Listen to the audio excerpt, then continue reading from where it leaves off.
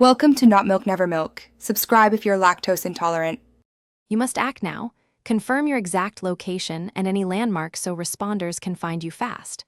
Once done, dial your local emergency number and put the phone on speaker so you can use both hands.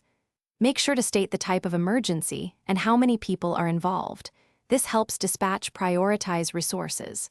Explain immediate dangers like fire, gas, or traffic. Keep sentences short and factual so operators can send the correct units immediately and advise you what to do next. Once connected, the dispatcher will ask targeted questions to assess the situation. Answer them directly and in order so help is dispatched without delay. Describe injuries, breathing, consciousness, and any severe bleeding because that determines whether ambulance, fire, or police respond first. Make sure to mention hazards like traffic, fire, weapons, or pets that could affect rescuer safety. If instructed, perform simple first aid steps or move to a safer location. Follow their timing and count prompts precisely until help arrives.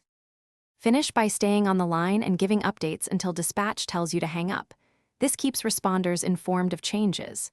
If the call drops, call back immediately and tell them you were disconnected so they can continue coordination.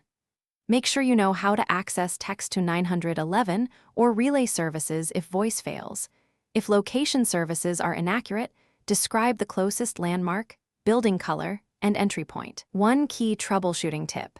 If GPS is wrong, walk to the nearest visible address marker. Thanks for watching. If this was helpful, leave a like and consider subscribing. See you next time.